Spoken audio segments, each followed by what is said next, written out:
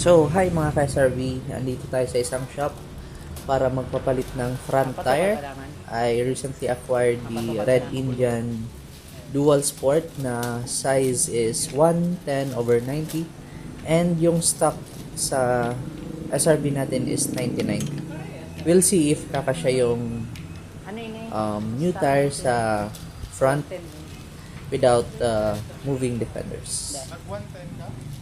And I chose the 110/90 kasi I recently saw sa group na 120/90 ang pinili nila na tire, which is the Shinko on the white sidewall. And yun, itatry ko kung okay naman ba itong 110/90. Sabi ko, kung 110 lang kako ang kuanong tata. Pushing ko garing mahalo. Pero at least okay na ito sa medyo buho siya mahal na sa dumo. Kung karo gani, talagang 100%. Oo. Pag engine brake ano ka talaga. Testing ko lang sa size ta kung niya ko Nagamit ko lang sa panak.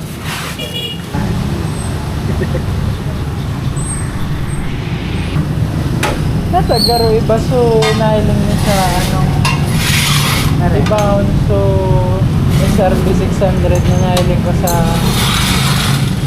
ano na siya, garo siya Harley na Sportster na 1250S. Parang siya parang. So nailing ko sa Highland. Bakulaw ng gulong niya. Pero SRB 600. Baka custom na. Garo na ba't mo babe? No. Bak?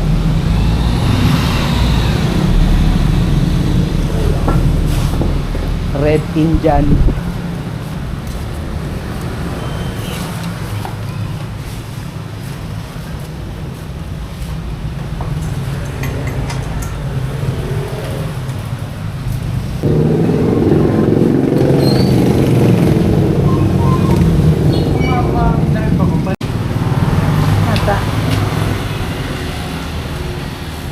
Sana magkasya. 110.90. 110.90.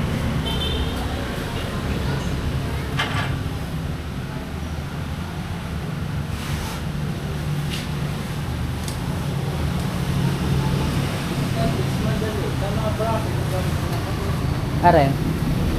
Oh. Bracket na lang, mga pa-welding.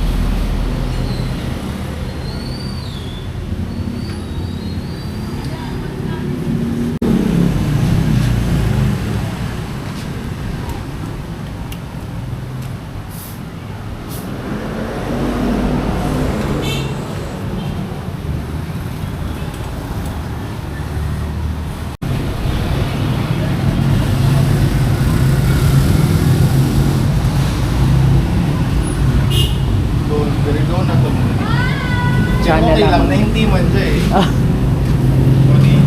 90% kayo. 1.5? 1.5 na. Depende kung pang off-road halos stop. Ano yun?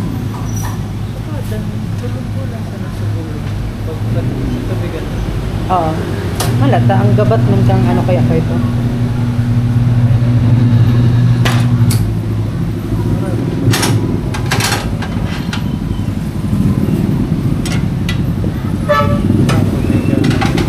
Kaya din, pag-play lang gano'n ka din.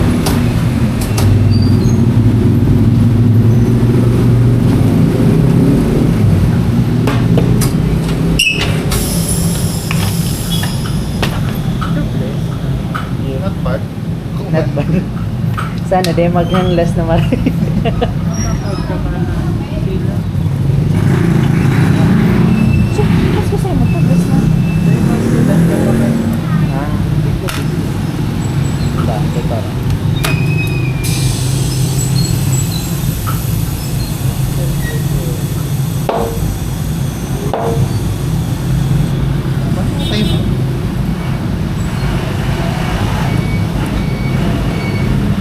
Dumi na ko lang.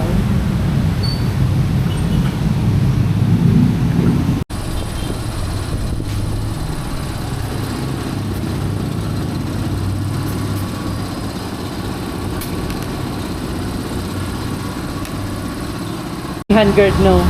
Pang off-road talaga. Big off-road niya na rin.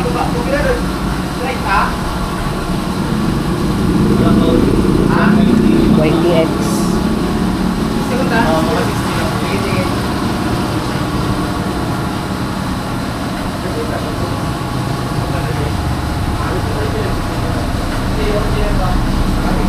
SRV.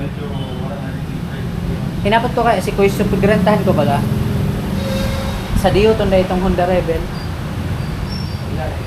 So, 500. Dahil may sa Dio nasa ka.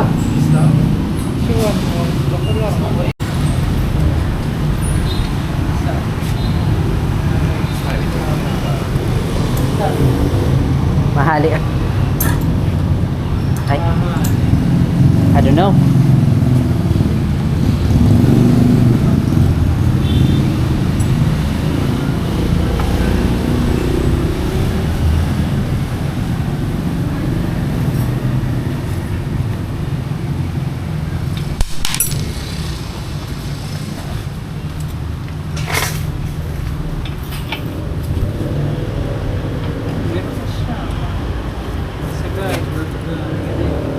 Dekor.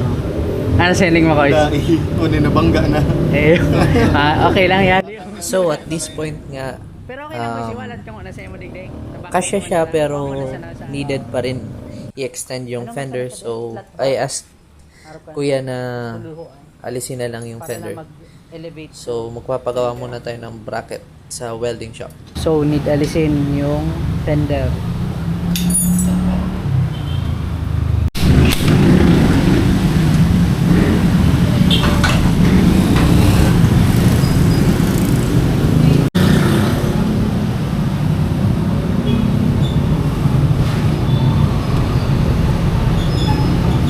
And we are here right now sa isang local welding shop. Dito ko rin pinagawa yung bracket sa aking Akrapovic exhaust, yung muffler. And dito rin tayo magpapagawa ng bracket for our front fender. And nagpasukat ako kay kuya. And flat bar ang gagamitin natin na para mag-elevate yung fender sa gulong. And right now, bumalik na rin tayo sa kung saan ko pinakabit yung front tire para finally maikabit na ni Kois yung fender. So, ayun nga, success na natasya yung fender. And yun lang guys. Thank you for watching and drive safe mga ka-SRB.